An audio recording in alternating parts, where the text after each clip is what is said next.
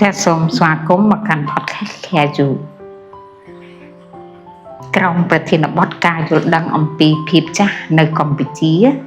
ខែជូក៏សូមលើកយកភាពចាស់មិនមែនជារឿងថ្ងៃស្អែកដែលជាចំណងជើងពិសេសជូនដល់លោកអ្នកក្នុងពេលឥឡូវនេះរឿងមួយដែលប្រជាជនខ្មែរភាគច្រើនហាក់ដូចជាមើលរំលងហើយក៏មិនទាន់ដឹងខ្លួននោះគឺគាត់នៅតែគិតថានៅតែយល់ថារឿងចាស់នេះគឺជារឿងមួយឆ្ងាយជារឿងវែងឆ្ងាយណាស់ដែលអត់ទាន់គិតពីឥឡូវទេហើយក៏ជារឿងថ្ងៃក្រោយឬជារឿងរបស់មនុស្សចាស់អាយុ70ឬក៏80ឆ្នាំឯណោះប៉ុន្តែតាមការពិតភាពចាស់កំពុងតែនៅជិតយើងកំពុងតែកើតឡើងនៅទីនេះឥឡូវនេះនឹងកំពុងតែបោះជំហានដើរមករកយើងដោយមិនដឹងខ្លួនតើបងប្អូនដឹងទេថាភាពចាស់កំពុងតែធ្វើដំណើរមករកយើងជារៀងរាល់ថ្ងៃ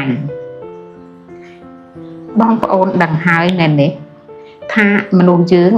អាយុចាប់តាំងពី30ឆ្នាំឬ40ឆ្នាំឡើងទៅកោសិកានៅក្នុងខ្លួនមនុស្សក៏ចាប់ផ្ដើមប្រែប្រួលហើយការដែលយើងនៅតែគិតថាវាមិនអីទេយើងនៅក្មេងតើខ្ញុំនៅដើររួចទេវាជារឿង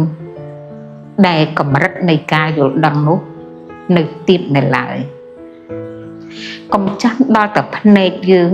មើលមិនសូវច្បាស់ទើបយើងចាប់ផ្ដើមស្វែងយល់ពីសុខភាពភ្នែកកុំចាំតលតែជង្គង់យើងដើរលែងរួច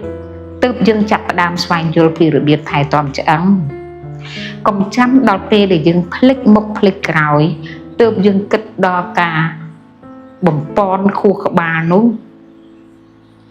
បច្ចុប្បន្នណាកម្ពុជាយើងកំពុងតែបោះជំហានទៅមុខហើយកំពុងតែបោះជំហានចូលទៅក្នុងសង្គមមនុស្សចាស់ដោយមិនដឹងខ្លួនបើយើងមិនដឹងខ្លួនពីពេលឥឡូវនេះទេនោះយើងនឹងក្លាយទៅជាមនុស្សចាស់ដែលជាបន្ទុកជាមនុស្សចាស់ដែល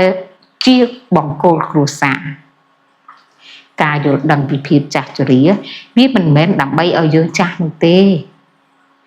ប៉ុន្តែដើម្បីឲ្យយើងក្លាយទៅជាមនុស្សចាស់ដែលប្រកបដោយគុណភាពនិងចាស់ដោយមានសេចក្តីថ្លៃថ្នូរនៅពេលដែលយើងអាយុវែងនោះកុំឲ្យយើងអាយុវែងដោយមានជំងឺមកបៀតបៀនឲ្យសោះបងប្អូនកូនក្មួយដឹងទេ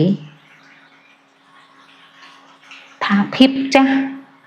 មិនរងចាំយើងក្នុងការដែលយើងរៀបចំខ្លួននោះទេគឺយើងទេដែលត្រូវរត់ឲ្យតន់ភាពចាស់នោះកុំប្រើជីវិតនៅវ័យក្មេងដើម្បីបំផ្លាញសុខភាពរួចក៏យកទឹកប្រាក់ដ៏ច្រើនមកទិញសុខភាពវិញនោះពីព្រោះមានលុយហើយក៏មិនប្រកាសថាអាចទិញសុខភាពត្រឡប់មកវិញបានដែរលោកអ្នកគួរយល់ដឹងពីថ្ងៃនេះតទៅដើម្បីសុខភាពគ្រួសារនិងសង្គមលោកអ្នកយល់ដឹងពីថ្ងៃនេះគឺជាការផ្ដល់កាដូដ៏ល្អបំផុតសម្រាប់ខ្លួនឯងក្នុងរយៈពេល10ឆ្នាំទៅមុខទៀតសូមអរគុណសូមជម្រាបលា